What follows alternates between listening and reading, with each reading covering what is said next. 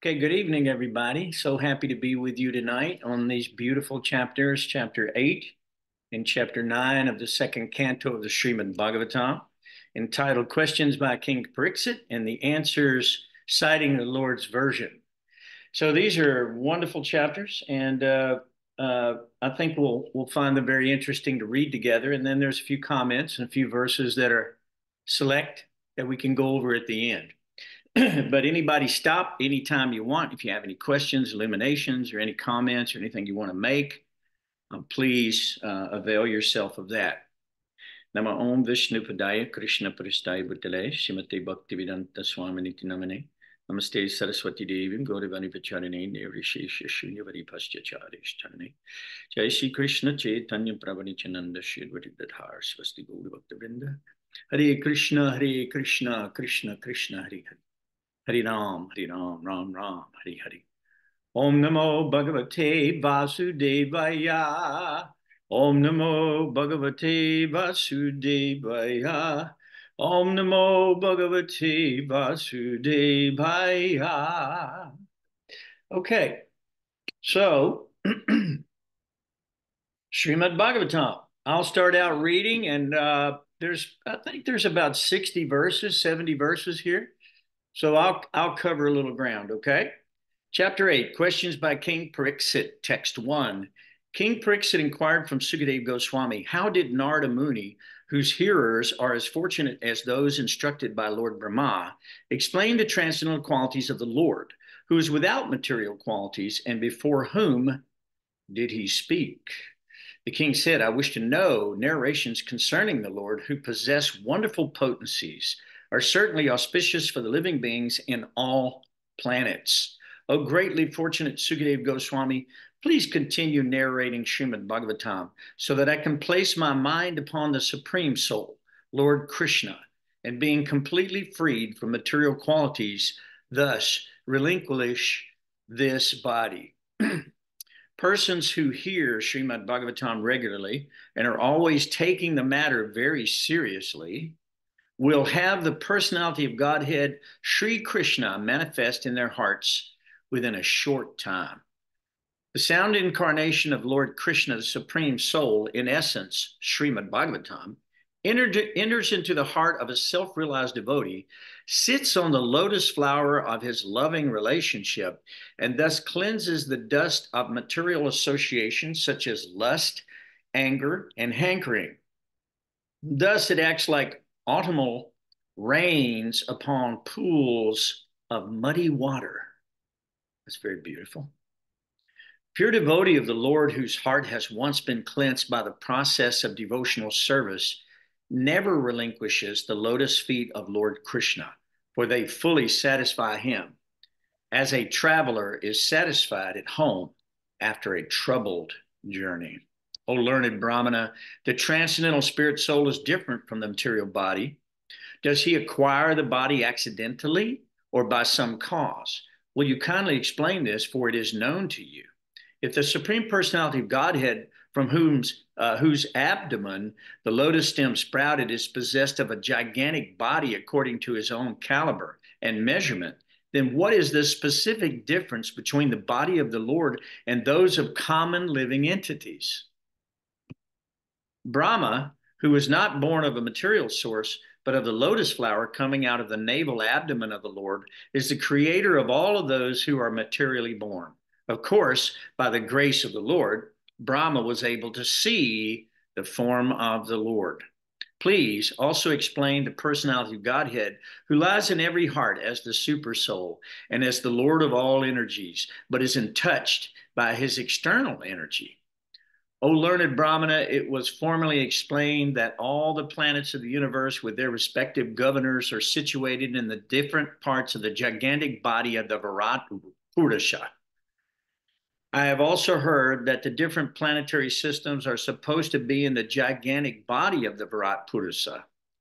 But what is their actual position? Will you please explain that?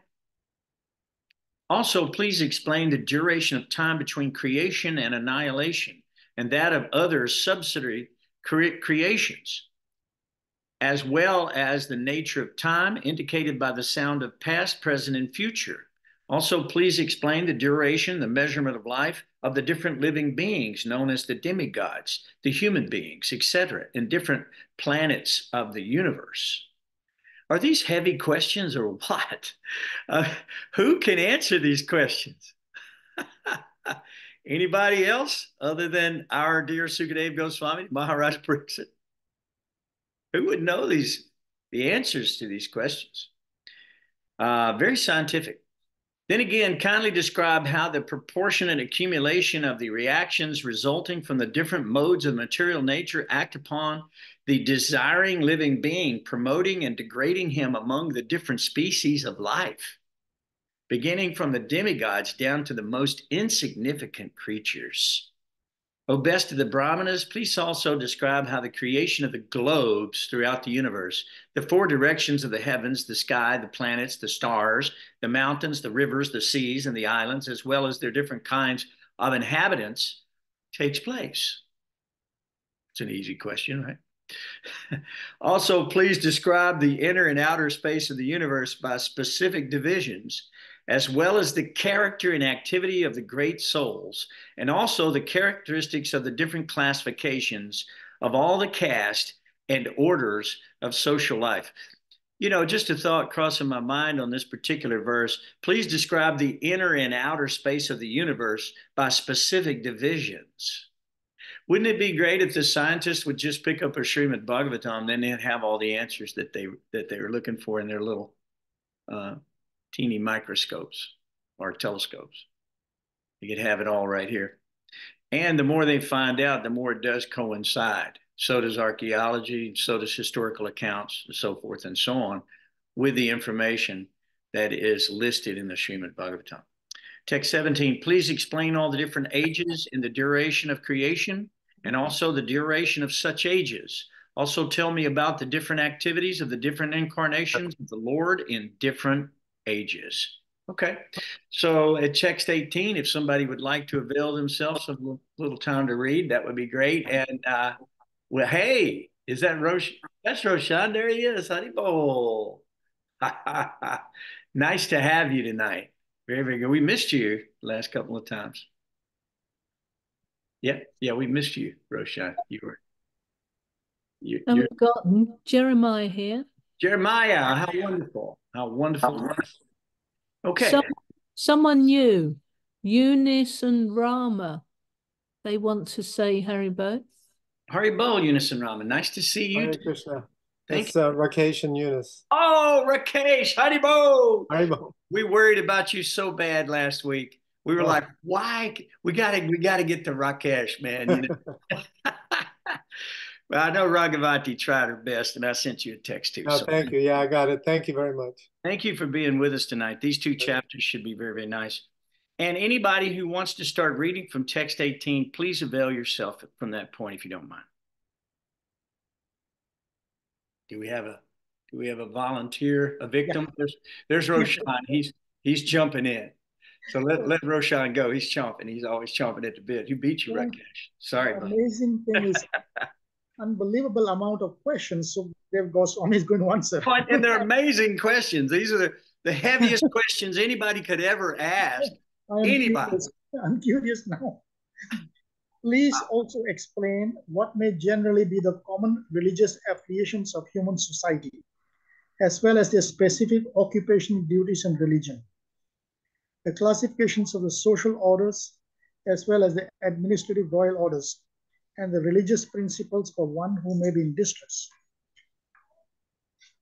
Kindly explain all about the elementary principles of creation, the number of such elementary principles, their causes, and their development, and also the process of devotional service and the methods of mystic powers. What are the opulences of the great mystic, and what is their ultimate realization? Oh, that's beautiful. How does the perfect mystic become detached from the subtle astral body? What is the basic knowledge of the Vedic scriptures, including the branches of history and the supplementary Purans? Please explain unto me how the living beings are generated, how they are maintained, and how they are annihilated. Tell me also of the advantages and disadvantages of discharging devotional service unto the Lord? What are the Vedic rituals and injunctions of the supplementary Vedic rites? And what are the procedures of religion, economic development, and sense gratification? Please also explain how, merged in the body of the Lord, living beings are created, and how the infidels appear in the world. Also, please explain how the unconditional living entities exist. The independent personality of Godhead enjoys his pastimes by his internal potency, and at the time of annihilation gives them up to the external potency, and he remains a witness to it all. Wow.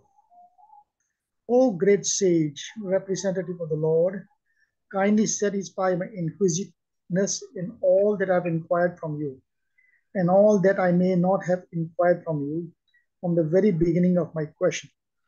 Since I am a soul surrendered unto you, please impart full knowledge in this connection.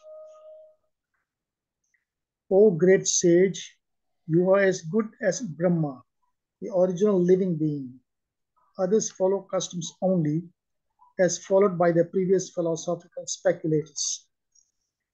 O learned Brahmana, because of my drinking the nectar of the message of the infallible personality of Godhead, which is flowing down from the ocean of your speeches, I do not feel any sort of exhaustion due to my fasting. Sud Goswami said, thus Sukadeva Goswami, being invited by Maharaja Pariksit to speak on topics of the Lord Sri Krishna with the devotees, was very much pleased. He began to reply to the inquiries of Maharaj Pariksit by saying that the science of the personality of Godhead was spoken first by the Lord himself to Brahma when he was first born. Srimad Bhagavatam is the supplementary Vedic literature, and it teaches in pursuance of the Vedas. He also prepared himself to reply to all that King Pariksit had inquired from him. Maharaj Pariksit was the best in the dynasty of the Pandus, and thus he was able to ask the right questions from the right persons. Very So good. this Thank ends you. the chapter. Thank you very much for that. Those are excellent questions. I'm waiting to hear the answers on every one of those. I'm very even though I've read them, I've forgotten them. Oh, I know. Well, they're all throughout Bhagavatam too. They're not just answered in this particular next chapter. I'm sure. They're answered previous to this chapter and after this chapter. It's not really chronological. Yeah. So, Rakesh, would you like to read a little bit for us, if you don't mind? Chapter 9, answers by citing the Lord's version. Can you do that? We may not have Rakesh readily available. Okay, Jack. I got you if need be. Oh, yeah, there you go, Jeremiah. Please read. There you are. Okay. Hello. Forgive me, my tablet just came up. Can you tell me exactly where we are? Chapter 9, the first text. Okay. And we'll read like 10 verses each, or 15, you'd like. Whoever wants to grab. Yeah, go ahead. All you. You want to do that, Jai Krishna? Jeremiah has relinquished his spot until the next go around. I'm still scrolling my tablet. I'm Okay, sorry. Jeremiah, you're the man. I got you. Put me in, coach. Put me in, coach. I got it. You're there. All right. Text 1, chapter 9. Sri Sukadeva, Sukadeva Goswami said, O king, unless one is influenced by the energy of the Supreme Personality Godhead, there is no meaning to the relationship of the pure soul and pure consciousness with the material body. That relationship is just like a dreamer's seeing his own body working. The illusion to living entity appears in so many forms offered by the external energy of the Lord, while enjoying in the modes of material nature. The engaging living entity misconceives, thinking the terms of I and mine. Hold on, I got to get past the pictures. As soon as the living entity becomes situated in his constitutional glory and begins to enjoy the transcendence beyond time and material energy, he at once gives up the two misconceptions of life, I and mine, and thus becomes fully manifested as the pure self. O King, the personality of Godhead, being very much pleased with Lord Brahma because of his non-deceptive penance in Bhakti Yoga, presented his eternal and transcendental form before Brahma, and that is the objective goal for purifying the conditioned soul. I'm having a hard time with these pages, sorry. Lord Brahma, the first spiritual master, supreme in the universe, could not trace out the source of his lotus seat, and while thinking of creating the material world, he could not understand the proper direction for such creative work, nor could he find out the process for such creation. While thus engaged in thinking in the water, Brahmaji heard twice from nearby two syllables joined together. One of the syllables was taken from the 16th and the other from the 21st of the Sparsa alphabets, and both joined to become the wealth of the renounced order of life. While he heard the sound, he tried to find the speaker, searching on all sides, but when he was unable to find anyone besides himself, he thought it wise to sit down on his lotus seat firmly and give his attention to the execution of penance as he was instructed. Lord Brahma underwent penances for 1,000 years by the calculations of the demigods. He heard this transcendental vibration from the sky and he accepted it as divine. Thus he controlled his mind and senses, and the penances he executed were a great lesson for the living entities. Thus he is known as the greatest of all ascetics. The personality of Godhead, being thus very much satisfied with the penance of Lord Brahma, was pleased to manifest his personal abode by Kuntha, the supreme planet above all others. This transcendental abode of the Lord is adored by all self-realized persons freed from all kinds of miseries and fear of illusionary existence. In that personal abode of the Lord, the material modes of ignorance and passion do not prevail, nor is there any of their influences in goodness. There is no predominance of the influence of time, so what to speak of the illusionary external energy, it cannot enter that region. Without discrimination, both the demigods and the demons worship the Lord as devotees. That was 10. You want me to keep going? Is Rakesh available at this point? I'm available. Okay, Jai Krishna, would you like to pick up there? Hey, Jeremiah, thank you. That was very, very good. We may come back to you in a minute. The inhabitants of the Vaikuntha planets are described as having a glowing sky bluish complexion. Their eyes resemble lotus flowers. Their dress is of yellowish color, and their bodily features very attractive. They are just the age of growing youths. They all have 4 hands. They are all nicely decorated with pearl necklaces and ornamental medallions, and they all appear to be effulgent. Some of them are effulgent like coral and diamonds in complexion, and have garlands on their heads, blooming like lotus flowers. Some wear earrings. Sounds like me. With earrings. The Vaikuntha planets are also surrounded by various airplanes, all glowing and brilliantly situated. These airplanes belong to the great Mahatmas, or devotees of the Lord. The ladies are as beautiful as lightning because of their celestial complexions, and all these combined together, they're just like the sky decorated, both clouds and lightning. The goddess of fortune in her transcendental form is engaged in the loving service of the Lord's lotus feet. And being moved by the black bees, followers of spring, she is not only engaged in variegated pleasure, service to the Lord, along with the constant companions, but is also engaged in singing the glories of the Lord's activities. Lord Brahma saw in the Vaikuntha planets the personality Godhead, who is the Lord of the entire devotee community, the Lord of the goddess of fortune, the Lord of all sacrifices, and the Lord of the universe, and who is served by the foremost servitors like Nanda, Sunanda, Parabala, and Hana, his immediate associates. The personality of Godhead, seen leaning favorably towards his loving servitors, his very sight intoxicating and attractive, appeared to be very much satisfied. He had a smiling face decorated with enchanting reddish hue. He was dressed in yellow robes and wore earrings and a helmet on his head. He had 4 hands, and his chest was marked with the lines of the goddess of fortune. The Lord was seated on his throne and was surrounded by different energies like the 4, the 16, the 5, and the 6 natural opulences, along with other insignificant energies of temporary character. But he was factual Supreme Lord, enjoying his own abode. Lord Brahma, thus seeing the personality of Godhead in its fullness, was overwhelmed with joy within his heart, and thus in full transcendental love and ecstasy, his eyes filled with tears of love. He thus bowed down before the Lord. This is the way, the highest perfection of the living being, Paramahansa. Paramahansa. Shall I continue? Yeah, we'll take 8, 10, 12 verses each. Okay.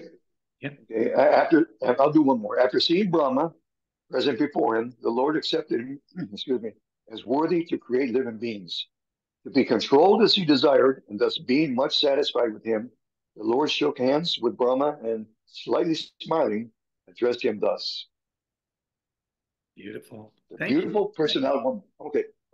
That's very, very good. Well, we'll let somebody speak for the beautiful personality of Godhead. I think Rakesh might be queued up by now.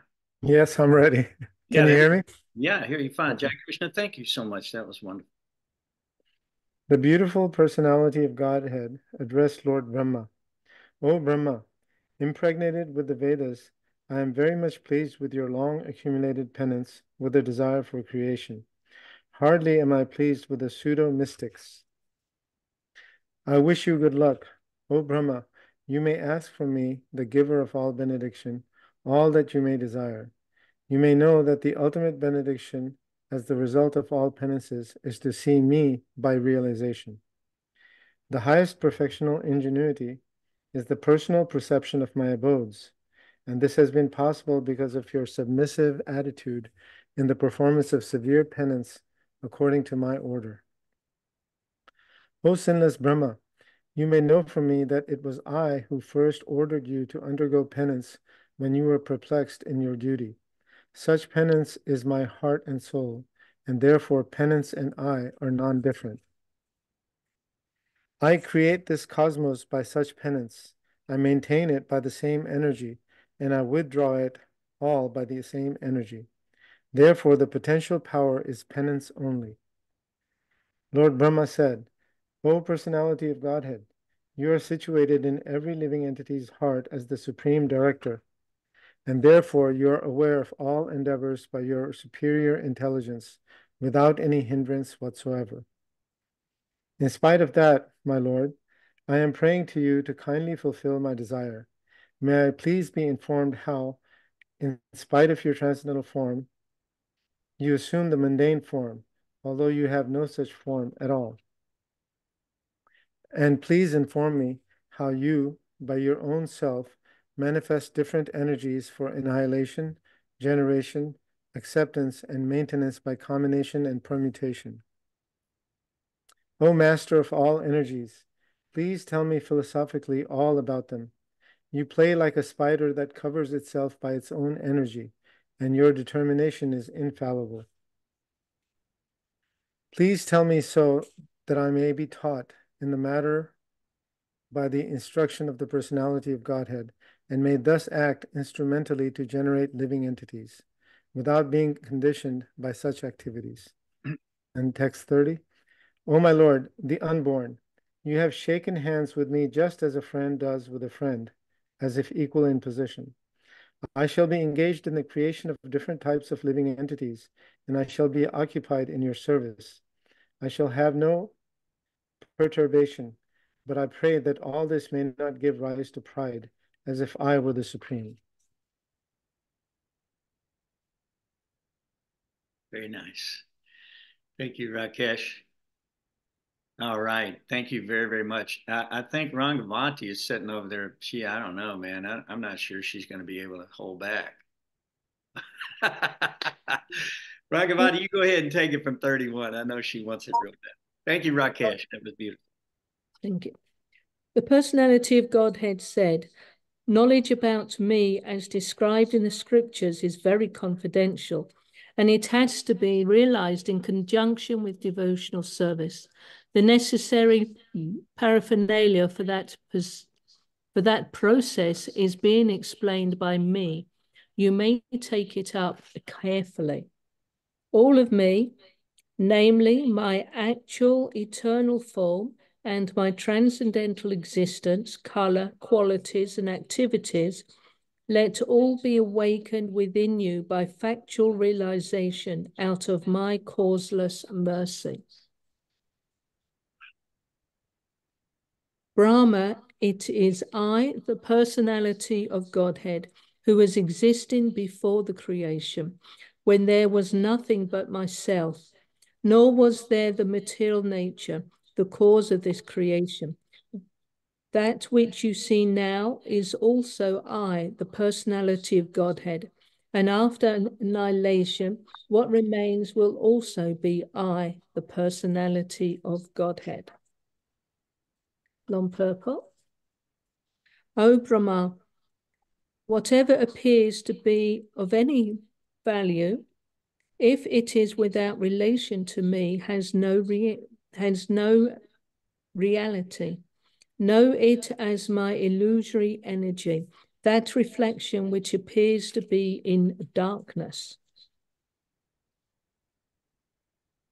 O Brahma, please know that the universal elements enter into the cosmos, and at the same time, I do not enter into the cosmos. Similarly, I myself also exist within everything created, and at the same time, I am outside of everything. Let's go past my paintings. A person who is searching after the supreme absolute truth, the personality of Godhead, most certainly search for it up to this, in all circumstances, in all space and time, both directly and indirectly. Another long purple. These are obviously very important verses. O Brahma, just follow this conclusion by fixed concentration of mind, and no pride will disturb you, neither in the partial nor in the final devastation. Sukadeva Goswami said to Maharaja Pariksit, the Supreme Personality of Godhead, Hari, after being seen in his transcendental form, instructing Brahmaji, the leader of all living entities, disappeared. On the disappearance of the Supreme Personality of Godhead, Hari, who is the object of transcendental enjoyment for the senses of devotees, Brahma, with folded hands, began to recreate the universe full with living entities as it was previously. Thus, once upon a time, the forefather of living entities and the father of religiousness, Lord Brahma, situated himself in acts of regulative principles, desiring self-interest for the welfare of all living entities. Narada, the most dear of the inferior sons of Brahma, always ready to serve his father, strictly follows the instructions of his father by his mannerly behavior, meekness, and sense control. Narada very much pleased his father and desired to know all about the energies of Vishnu, the master of all energies. For Narada was the greatest of all sages and greatest of all devotees, O king. The great sage Narada also inquired in detail from his father Brahma, the great-grandfather of all the universe, after seeing him well satisfied. Should I continue? Will that be okay? Well, there's only 3 more verses. Oh, is there? Yeah, so if you want to finish those out, you're welcome to do it. No, I'll pass them on. Okay. If anyone wants to take Anybody them. want the last 3 here? Or, yeah, about 3 more verses. I'll take them. Okay. Therefore, the supplementary Vedic literature, Srimad Bhagavatam, which was described by the personality Godhead, and which contains 10 characteristics, was told with satisfaction by the father, Brahma, to his son Narada. In succession, O king, excuse me, the great sage Narada instructed Srimad Bhagavatam unto the unlimitedly powerful Vyasadeva, who meditated in devotional service upon the Supreme Personality of Godhead, the Absolute Truth, on the bank of the river Saraswati. O king, your questions as to how the universe became manifested from the gigantic form of the Personality of Godhead, as well as other questions, I shall answer in detail by explanation of the 4 verses already mentioned. Wow. Wow. I mean, can we spend a few years on these two chapters? Is that okay with you guys?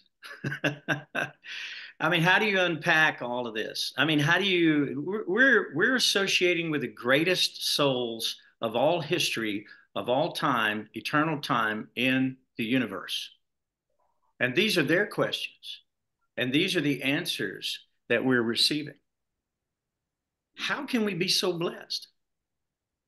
How can we be so blessed to hear these esoteric questions and their answers from the mouth of the creator of the universe himself, Lord Brahma, and from his son, Narada Muni, handed then to Vyasadeva, and then handed down to Sutta, right? Or Sukadeva, and so forth, and King Pariksit, and then Sutta in the forest of Naimisharanya. So the Sampradaya is going on, isn't it? The Sampradaya is wonderful, and we're all part of that Sampradaya. And so we're connected by this Sampradaya, just like pearls are strung on a thread, Krishna says in Bhagavad Gita, right? So the thread is the same, and the pearls may be a little different size, a little different placement.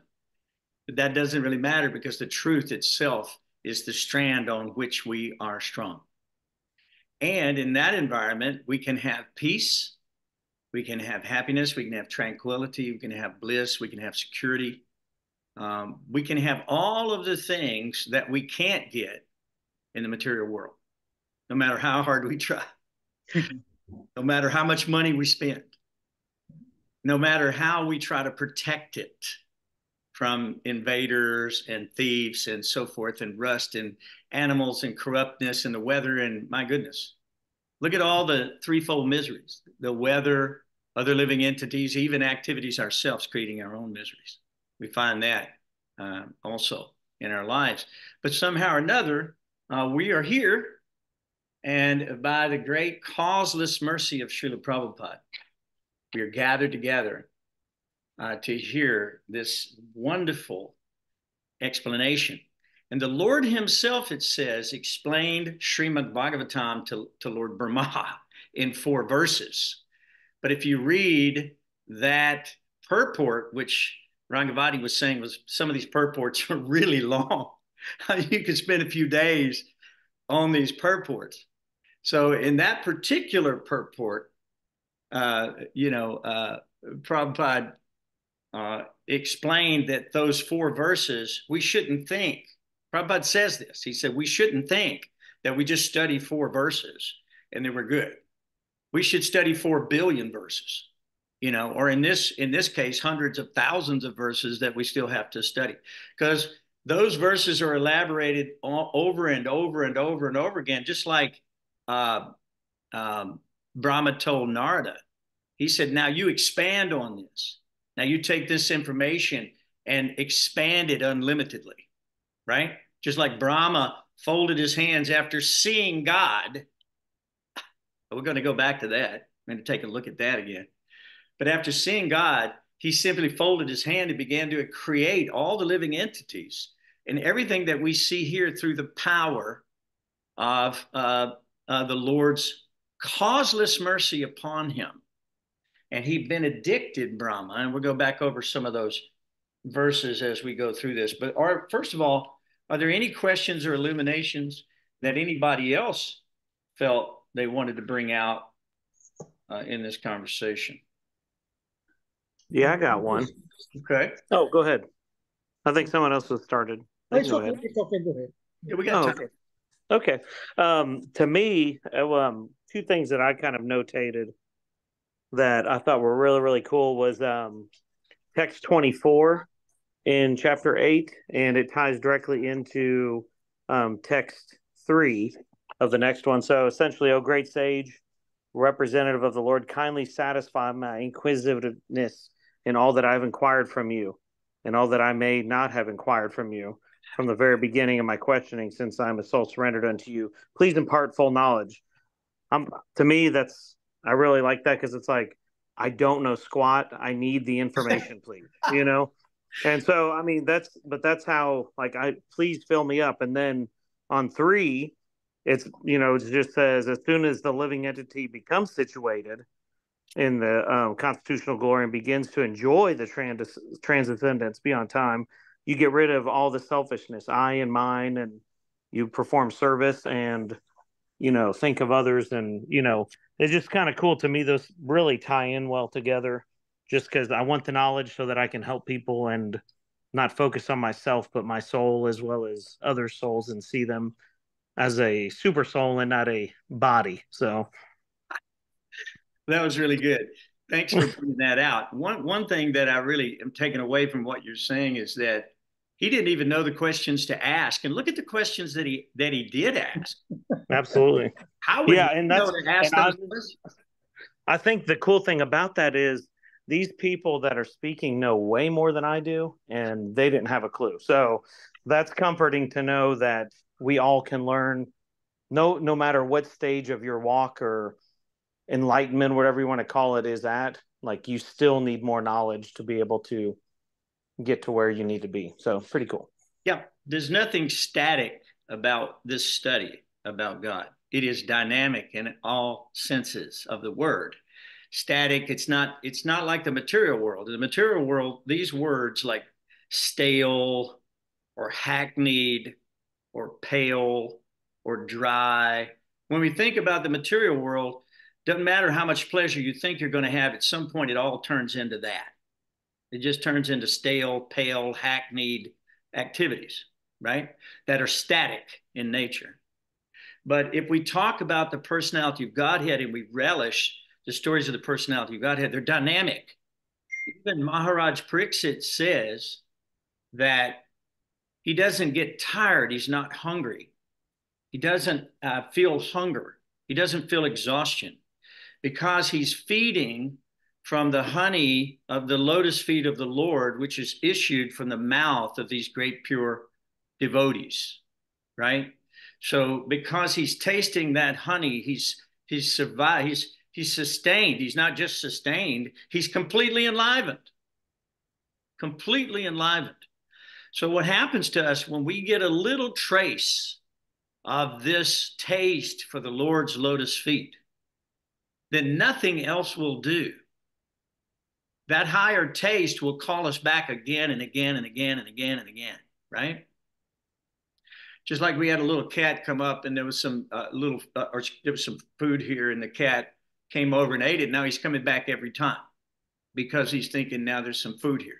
So when we find nourishment in this Srimad Bhagavatam, nourishment for the soul and the heart and the mind, the emotions, then we will regularly be wanting to engage in these classes and these dialogues between the devotees, touting the great glories of the Supreme Personality of God. A very good point. Appreciate that very much, Jeremiah. Roshan, did you have a point? Yes. I think the same verse, text 24, chapter 8, the beauty is how Maharaj Pariksit, the great emperor of the world, he says, I am a soul surrendered unto you. The humbleness is there, just as the same way, the same words are used in Bhagavad Gita. I think it was in chapter 2, text 7. The same Arjuna said, I am a soul now surrendered unto you. Oh, please, Lord, please help me, please guide me, please instruct me. So that humbleness is very important if one really is interested in learning something from a higher up or a guru.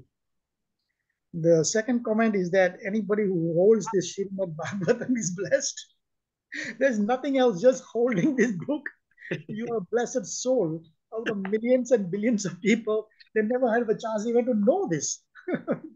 There is nothing greater than this. Yeah, well, that's why all of the Vaishnavas, like Srila Prabhupada sitting in Vrindavan, right? And he's completely in a state of ecstasy, as he's happy as he can be, but yet in his heart, he's feeling pain.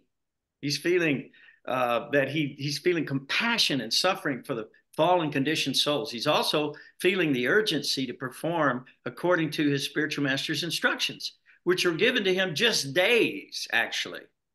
Well, it was given to him in the very beginning when Prabhupada first saw his spiritual master. Before he could even sit down, the spiritual master says, you nice, educated boys should preach to the Western world, right? Yes. So then also, he wrote a nice letter to his spiritual master, really in the same month that his spiritual master passed. I think it was December in 36. And so in that letter, he asked the spiritual master, he said, I've been a householder, I'm a this and I'm a that. How can I engage in service, if I can't live in the temple and this and that? He said, simply preach this information in English in the Western world. And Prabhupada, look what he's been able to do by carrying out those instructions. Even despite of all the difficulties that he ran into along the way, he didn't give up. He never gave in, he never gave out, and he remained enthusiastic, no matter how difficult. And he used these stories of the Srimad Bhagavatam to explain why he remained enthusiastic. He used the Bhagavatam to enlighten us of these great souls who existed in previous time, who met God in person, who were instructed by God in person in his various incarnations, which are listed here, which are completely studied and discovered here in the Srimad Bhagavatam. I mean, what else should we be doing with our lives? So if you go back, and I appreciate that so much, Roshan, you're always very, very wonderful commentary. Appreciate it. Is there any other commentary? Or interrupt if you'd like at any time with anything that you have to say. But if we go back to chapter 8 and we look, those first few verses are strong, very, very strong verses, right? So he says in text 2 of chapter 8, the king said, I wish to know narrations concerning the Lord possessing wonderful potencies are certainly auspicious for living beings in all planets, right? So when the Lord says charity, penance, like that, austerity should never be given up. They're even, in the Bhagavad Gita, describes that, they're even purifying for the liberated souls. So here, Krishna describes that this penance, or, this austerity, this ta-pa, which were from the Sparsa language, those two words came together. Brahma heard those words in the darkness. He couldn't find out where he was. He was on the lotus flower. He crawled all around the thing. He went down to the ocean. He didn't know what to do. He didn't know what to do. He had no idea. And in that state, he sat down in a meditative state. He heard those two syllables, tapa, tapasya. So tapasya is the potency of God. He says that. He said that tapasya is how the universe is created, maintained, and how it is annihilated. It is the potency of the universe. So when we see people elevating themselves gradually to higher planetary systems or becoming devotees, they may be given unlimited powers. There's 8 mystic siddhas that are described in these chapters, right? The devotees don't seek those mystic siddhas. Prabhupada says in one of the purports, he said it's not necessary for us to seek those individually. Everything is given to the devotee. So it doesn't really matter, about our potency. It matters about Krishna's potency. If we submit ourselves to Krishna, he will protect you. In Bhagavad Gita, he says, just surrender to me, abandon all varieties of religion. Do not fear. I will protect you. Who else could say that to you and be that convincing? No one. So it's good for everybody in all planets all the time. Srimad Bhagavatam spoken to Brahma and then handed to Narada, then handed to Vyas, then going down to Sukadeva, then going down to Sutta, coming through our chain of disciplic succession, the Brahma Gaudiya Vaishnava Sampradaya, all the way down to Srila Prabhupada, and all the way down to such insignificant, worthless beings like me. How is this possible? How is this possible that I can be led in on such an intimate conversation, such a powerful conversation? Krishna says, Rajaguya, Rajavidyam, Pavitram, Idam Uttama. This is the king of all knowledge, the king of all seeking after knowledge. It's the end of all seeking after knowledge. This is it. So, and that would be that persons who hear the Srimad Bhagavatam regularly and are always taking the matter very seriously, will have the personality of Godhead Sri Krishna manifested in their hearts within a short period of time. Guys, is that good news? Great news. It's the best news. How much better news can it get? And you may want to individually mute again, guys, if you don't mind. But it is the very best news that we have. There's no question about it that we can be given the passcode back home, back to Godhead, back to the spiritual sky, back where there is no death, there is no suffering like this, right? Everything that you want. There are desire trees everywhere. There's touchstones everywhere. Anything you want, anything you desire is manifest so you can serve the Lord. Here, you have to work hard like hog, dog, camel, and ass. And you still end up losing it all. Who would take this over that? So the sound incarnation of Lord Krishna, the Supreme Soul, is Srimad Bhagavatam. It is this narration. And it does enter into the heart of a self-realized devotee. And it gets rid of the things that are driving us crazy. Well, what's driving us crazy? In this world, we are driven completely mad by lust. We're driven mad. Listen, it was snowing here. It was frozen here. There are people getting up at 3:30 in the morning, digging out of the snow to go to work to earn a little bread, a little money, a little crust of bread and such, as they say. What tapasya is that? That's tapasya in the mode of passion, right? Because it seems like nectar in the beginning, but it's like poison in the end. Tapasya in the mode of ignorance is painful from the beginning to the end, and there's no gain of any kind, right? And tapasya in the mode of goodness elevates one to pure goodness. And pure goodness is the state that we exist in the Vaikuntha worlds. So in this situation, it says that just by hearing the Srimad Bhagavatam, hankering will go away. Lust will go away. Anger and the frustration that comes from this unlimited hankering and being defeated over and over and over again, not getting what you want in life. Thinking, oh, if I only had this, if I had that, if I had this, if I had that. That can go on forever. And it has in all species. 8,400,000 species, according to Bhagavatam. We tried them all. We've had families in every one, right? We've raised our own families. There's a wonderful story in the Bhagavatam about the little bird. It's in the 11th canto, who sees his family trapped by the hunter. He goes to save them, then he's trapped. What can be done, right? What can be done? So in this situation, we're parched, thirsty for some actual nectar. We scroll through every channel trying to find something that will stimulate our senses. Nothing will do, right? We study all these so-called philosophies and theories that people have put forward.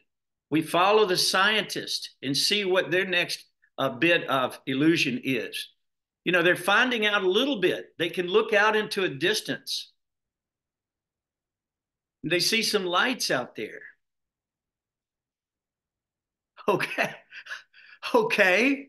You see some lights. That's very nice. You hypothesize that there must be some chemicals or some organic mixture there, but you can't find life other than yourself. By blowing yourself across the sky. Now they're going back to the moon again. Okay. Good luck with that. Last time you brought back, I think, 200 pounds of rocks. How'd that go? What did we get out of that? Right?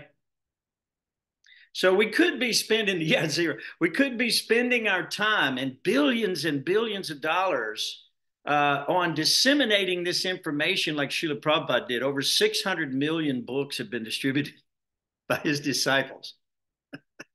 Over 600 million. We could be doing that, but instead we're building bigger bombs to blow each other up. Right? Or we're blowing ourselves out into outer space thinking that somehow or another we'll be able to enhance our sense gratification on Mars or on the moon. Really? Okay. Well, for me, I shall read Srimad Bhagavatam. And I listen to the stories. I listen to the stories that come in from all of this. It is such hyperbole, and it's filled with, you know, egotistical hubris. You know, these people are trying their best to build the biggest rocket. Now they've got this enormous rocket, and they're all clapping, and they're so happy, and then it blows up. But if they keep trying, ultimately, the rocket won't blow up, and they'll be able to go somewhere. Where will they actually go? What will they actually get as a result of all that hard work and that effort? Very dangerous too, by the way. You know, people are being killed on the launch pad. They don't even get off the launch pad. Sometimes they get in the air a little bit and then they're killed. For what? For what? A better technological way to enjoy sense gratification? How about just save the billions, reduce the size of government because everybody can become a nice devotee and everybody will live like civilized human beings. We won't have to be policed so strongly if we teach Bhagavad Gita and Srimad Bhagavatam, because people will develop godly characteristics. And then you can just take all of those billions of dollars you would have used to blow yourself off to the, you know, some asteroid somewhere or whatever. And you can use that for the welfare of all the people who are suffering in the material world. And ultimately, you can distribute prasadam to them and these wonderful books. So, and then their hearts can also become cleansed by the process of hearing Srimad Bhagavatam, and they can actually feel that satisfaction that it says is very much like a traveler who's satisfied by getting home, back home, after a troubled journey. Think about that. And we all have had that experience, right? We've had these troubled journeys, right? So now that we're at home and we can rest finally, it's a wonderful place to be. So when we do go back home, back to Godhead, all of this chaotic, passionate, just over endeavor or something, some mental concoction will finally go away and we can get peace. Okay? So that I took out of these first few verses that we're seeing right here. And then, of course, at that point, he's asked, Brahma is asked all these different questions. So the interesting thing about this particular chapter on chapter 8 is that he wants to know, okay, in text 3, is this text? Let me look back at text 3. This is the one that I wanted to, yeah. So this is the whole purpose of human life. The whole purpose of human life is in text 3. And what does text 3 say?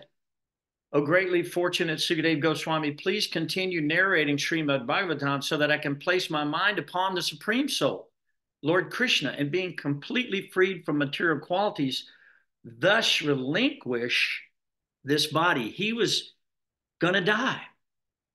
And by the way, if you don't mind, I'd like to mention to everybody that my dear godbrother, Hansagati Prabhu, who I've known now 50 years, finally, he left his body in Mayapur on the Ekadasi day. Very auspicious. But Hansagati was a wonderful, wonderful devotee. I got to tell you this little story about Hansagati, okay? So we were at Murari Farm. This is probably 1970 something, who knows? And we're standing there and there's some cows there. And Hansagati had just gotten back from India. And, you know, he saw some of the Goshala, saw the cows, saw how people were dealing with the cows and so forth there. And so he was pretty excited about it. This cow was passing stool. And so he just stuck his hand out while he was talking to me nonchalantly, and the stool began to splatter on his hand. And I thought, that's odd. What would you do that for? Then what really blew me away was he took his hand and he rubbed the stool all on his mouth. And I thought, what in the world are you doing? And he was nonchalant about it. He said he had a fever blister, and he was putting the cow dung on it to cure the fever blister. And he said that tomorrow it will fall off and everything will be just pink and nice again. And surely that was the case. The next day, he walked around with this big pack of cow dung on his face, and it cured him overnight. Literally. Now, that was proof positive of the antiseptic quality of the cow dung. And of course, the urine also has those antiseptic qualities. He obviously believed that with all of his heart and soul to be able to do something like that in front of me. But that's what Hansagati did do at Marai Farm one day. And I just thought, wow, that's a practical realization of something we've heard in the Vedas. And it worked for him. Anyway, I thought I'd just tell that one little funny story about Hansagati. And he was always like that. He was always just unabashed. He would just say anything. And he had just a marvelous personality. So everybody, if you don't mind, say a nice prayer. Rakesh, you might remember Hansagati. He was in Atlanta. You remember him, Rakesh? Yeah. Great, great soul. Great devotee. Loved him with all my heart. Great devotee. I saw him again about 2017 when I was living in California. So I saw him several times when I used to visit the LA temple. He lived close to that temple. Yeah, he actually worked out there. And he used to call me sometimes. He would be in a cab. He was driving a cab out there, and he was preaching to everybody that ever got in the cab. He had Krishna there on the dashboard. He had a little bobblehead Prabhupada on there. Prabhupada's on the dashboard. Could you imagine? And he's got the deities on the dashboard, and he's playing kirtan and stuff in his cab. And he calls me and he says, "Yeah, I just met a really nice person, Gayatri. You should preach to this guy." He's talking to me like this on the phone from California. He also did that. He moved to a farm in, I believe it was Oregon or maybe Northern California or wherever, but he used to call me regularly. And so please, if you don't mind, send him off with all your great blessings and everything. I would really appreciate that. And hopefully we'll be able to serve with him again in short order. So, okay, Jai Hansagati Prabhu, Ki Jai, Hari Bol. So, but the idea here is that Pariksit is setting the stage for the entire Srimad Bhagavatam really to be spoken in the modern age, especially later with Sutta at the forest of Naimisharanya. And he's posing the number one most important question that we could ever have. What should a man do if he had 7 days left to live? That's his question. What should you do with your time? So in one of the purports I was reading today, Prabhupada said, yes, we should do this with all of our time from childbirth to the time we leave. We should engage ourselves completely in hearing and chanting the glories of Srimad Bhagavatam and chanting the holy name of the Lord. That way we're never touched by karma. We're never touched. We're permanently liberated in that state. So he wants to know how he can leave the body and be completely freed from anything here as he relinquishes his body.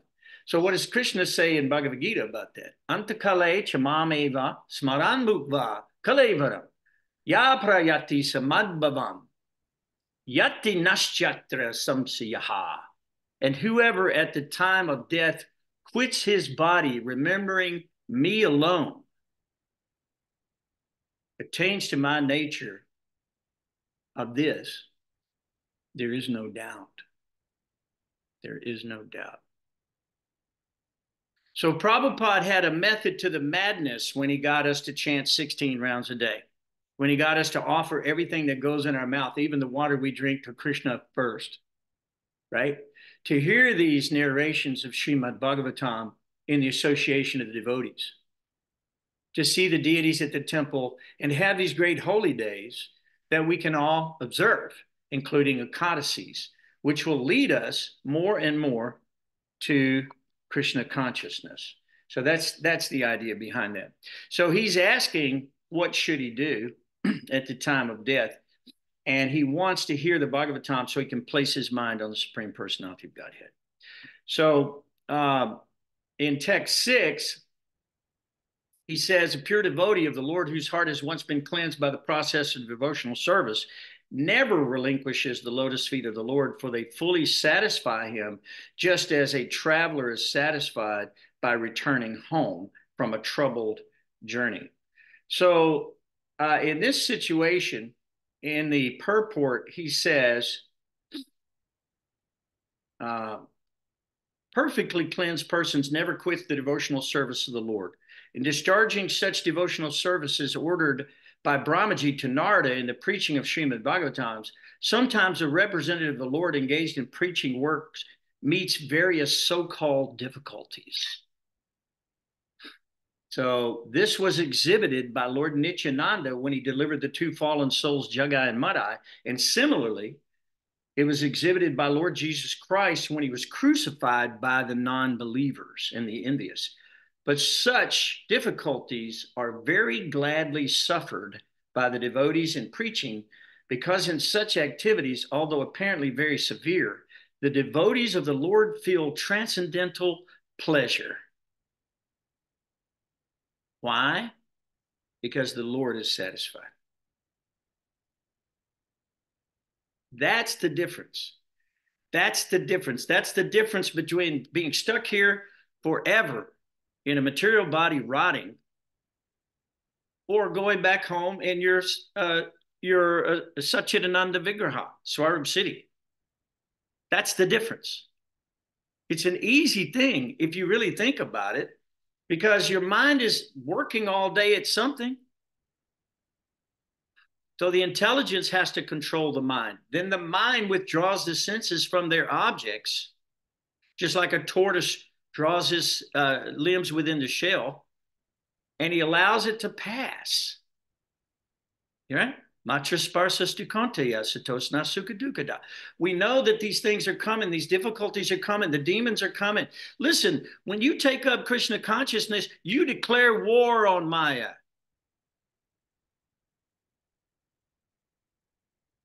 You're in a state of war. But you're in the eye of the hurricane, right? It's peaceful where you are. Everything else is going on, but it's not disturbing you, because you understand that these things are just the three modes of nature enacting with the personalities and their karma and the objects of their senses, and they've created an existence out of that. Just like the demigods are experiencing one existence. We're not experiencing that existence. We're experiencing the existence in the mode of passion, in the material, earthly world, right? And then in the hellish planets, they're experiencing a different existence. And we can go to any of those. As a matter of fact, we can go to the spiritual sky. We can go anywhere we desire. Krishna wants you to have what you want. Prabhupada said that if you desire to forget Krishna, he will make your ability to forget Krishna complete. And if you want to remember Krishna, he will give you opportunities to do that. Just so tonight you've taken a great opportunity to hear from this Srimad Bhagavatam. So now let's go to the next chapter. And I just have a few little points that I wanted to go over. We won't go a whole lot longer because we're already after 8, unless you guys have other questions. But there's one, the first 4 verses in this chapter are specifically potent, right? So the first verse of the 9th chapter says that unless one is influenced by the energy of the Supreme Personality of Godhead, there's no meaning to the relationship of the pure soul and pure consciousness with the material body. The relationship is just like a dreamer seeing his own body working in a dream. So at night, we all see ourselves doing different things. We've forgotten our family. We've forgotten our treasury. We've forgotten our bodies. We've forgotten our health. We've forgotten all of these things, our family tree. We don't remember our history. We don't remember any of these things, but we're seeing some illusion. And we feel the emotions attached to that in many cases. It's very real to us on a subtle body. One of the questions that Maharaj had was how do great sages give up their attachment to their astral or their subtle body. He just said that just a few moments ago. So it says in text 2, the illusion living entity appears in so many forms offered by the external energy of the Lord. And while enjoying the modes of nature, the encaged living entity misconceives, thinking of in terms of I and mine. There you have the problem. There's the whole problem in a nutshell, guys. The whole problem is you're thinking in terms of I and mine. And when you think in terms of I and mine, you are automatically in Maya immediately. So what does surrender mean? When Krishna says, surrender to me, I will protect you, do not fear. What does that mean? It means I no longer see things as mine. I realized this was here before I got here. It's going to be here after I'm gone. I'm trying to take care of it on behalf of my Father, Krishna, my spiritual master. I'm trying to take care according to their instructions, right? But it's not mine. Not mine. When you're a brahmachari in the temple, you go out and you beg money. You distribute books. You preach to people. They give you money. Do you keep it? No. You take it back as dakshin to the spiritual master. You give it to the spiritual master. What does he do with it? He engages it immediately in distributing prasadam, printing books about Krishna, expanding this information more and more, like Brahma told Narada to do, right? And Narada told Vyasa to do, right? And he uses it to build beautiful temples and install deities so that people can become Krishna conscious like Maharaja Pariksit wanted to be. So as soon as the living entity becomes situated in his own constitutional glory, then he actually begins to enjoy on a different level completely, doesn't he? He enjoys transcendence beyond time and beyond space and the material energy. And he at once gives up those misconceptions of I and mind. And he becomes fully satisfied and manifest in his own pure self. Now, guys, that's strong. That is some strong information that we have to imbibe from the spiritual master and from this beautiful Srimad Bhagavatam. So because, Brahma, I want to cover just a couple of more little things with you. One of the things that the verses 10 to 18,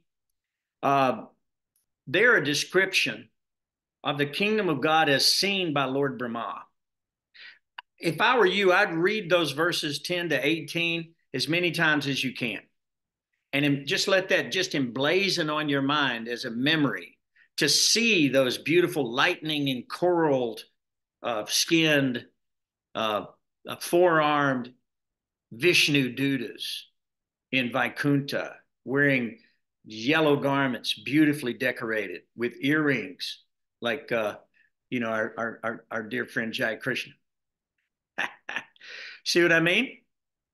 So try to put that in your mind. Let's read those just four verses really quickly, because they're just so beautiful.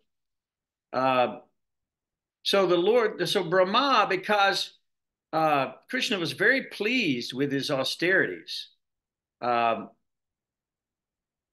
He said, the personality of Godhead, being very much satisfied with the penance of Lord Brahma, was pleased to manifest his personal abode, Vaikuntha, the supreme planet above all others. This transcendental abode of the Lord is adored by self-realized persons, free from all kind of miseries and fear of illusion or illusory existence. That's text 9. So then Brahma describes what that is. In text 10, he says, in the personal abode of the Lord, the material modes of ignorance, passion do not prevail, nor is there any influence of even goodness. There is no predominance of the influence of time. So what to speak of illusory external energy? It cannot enter that region. The inhabitants of the Vaikuntha planets are described as having a glowing sky blue complexion. Their eyes resemble lotus flowers. Their dress is yellowish in color, and their bodily features are very attractive. They're just the age of growing or blooming youths. They all have 4 hands, and they are nicely decorated with pearl necklaces and ornaments, medallions, and they all appear to be glowing or effulgent. Some of them are effulgent like coral and diamonds in complexion, and have garlands on their heads, blooming like lotus flowers, and some are wearing earrings. The Vaikuntha planets are surrounded by various airplanes, all glowing and brilliantly situated. These airplanes belong to the Mahatmas. They're flying around serving Krishna up there, having a blast. Oh, by the way, somebody asked AI the other day, because you can go to Chat GP or G, whatever that is. You can go and ask them questions. And they said, please describe a UFO, or something along those lines. And it came back as a Vimana. It was like a temple in a city built on this round landscape, gigantic. In some cases, the size of, who knows, planets flying all around. So it says here that in the spiritual sky, we love to fly. We just started doing it about 100 years ago here. That's how backward we are. But in the Vaikuntha planets, or even the demigods, they're flying back and forth to the earth all the time, creating catalytic situations or appearing when the Lord appears to engage in his pastimes. Like we see with Lord Krishna, he told all the demigods, go ahead and manifest, get ready, I'm coming. Don't worry anymore, I'll take care of all the demons, don't worry about it. So they were feeling pretty good about that. All the demigods took birth, everybody came here. Arjuna, of course, he's here, everybody's here. So, but they're flying around with their celestial companions. So all these things together appear just like the sky decorated with both clouds and lightning.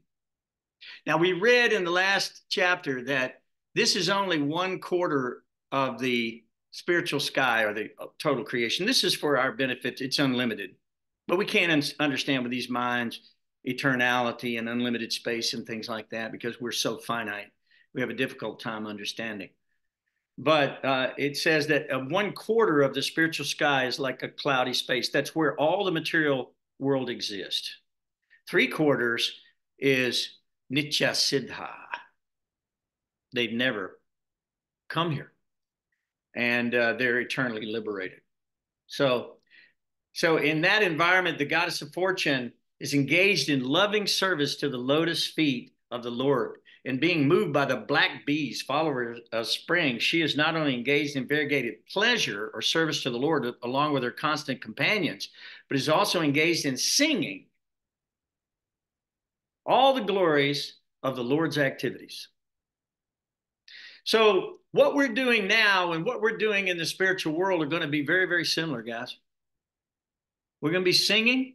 We're going to be a part of the eternal festival. There's going to be chanting. There's going to be dancing. And what does it say? Lord Brahma saw in Vaikuntha that the Lord was leaning toward all of his devotees. So it says, Lord Brahma saw in the Vaikuntha planets the personality of Godhead, who is the Lord of the entire devotee community, the Lord of the goddess of fortune, the Lord of all sacrifices, and the Lord of the universe, who is served by the foremost servitors like Nanda, Sunanda, Prabhala, and Arhana, and the personality of Godhead was seen leaning favorably towards his loving servitors. Try to envision this in your mind. That scene of ecstasy Brahma saw, the Lord revealed that to Brahma because he was pleased with his penance. So what needs to happen? We need to please Prabhupada and Prabhupada's penance then, and we're introduced to Krishna in that way through the spiritual master, the transparent via medium, so that we can see God also. So his very sight is intoxicating and attractive. He appeared to be very much satisfied. He had a smiling face decorated with an enchanting reddish hue. And he was dressed in yellow robes and wore earrings and a helmet on his head. He had 4 hands and his chest was marked with the lines of the goddess of fortune. He was seated on his throne. Brahma saw Krishna, God, Narayan, Vishnu, seated on his throne, leaning favorably towards his servitors in this beautiful arrangement.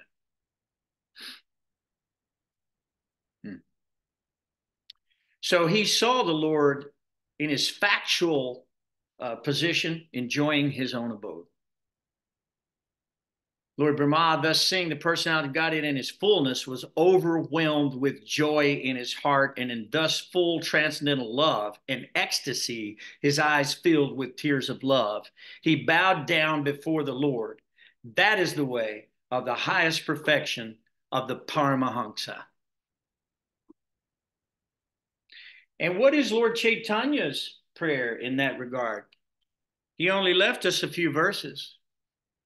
Nayanam galadashru daryaya, badanam gadgadarudayagira, pulikar nichitam babukada, tavanama grahane bhavishati. Oh, my Lord, when will my eyes be decorated with tears of love flowing constantly when I chant your holy name?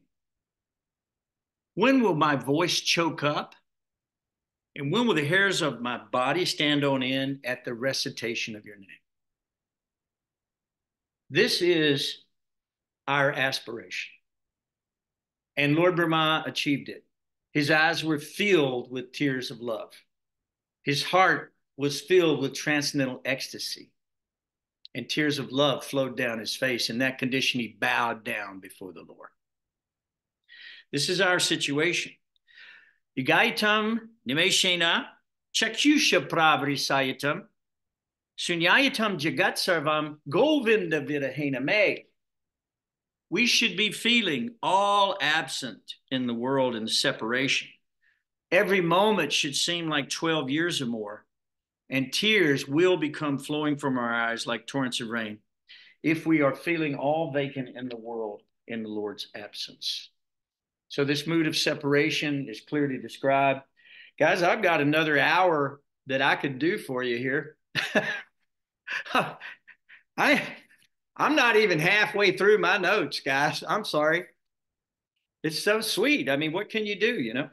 All right, so from 19 to 24, the Lord explains penance and explains that's the potency, right?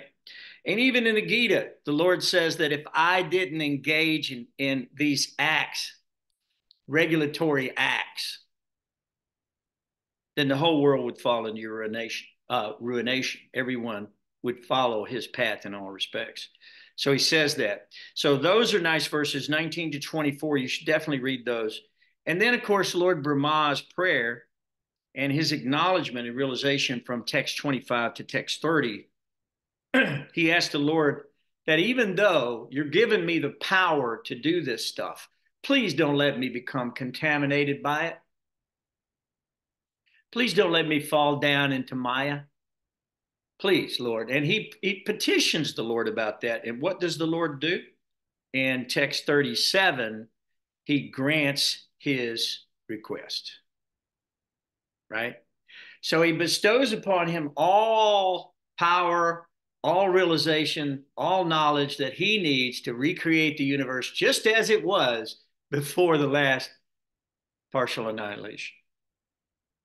And then in text 44 and text 45, we're reminded of the Sampradaya, because Krishna to Brahma and Brahma to Narada, Narada to Vyas, and then down to Srila Prabhupada.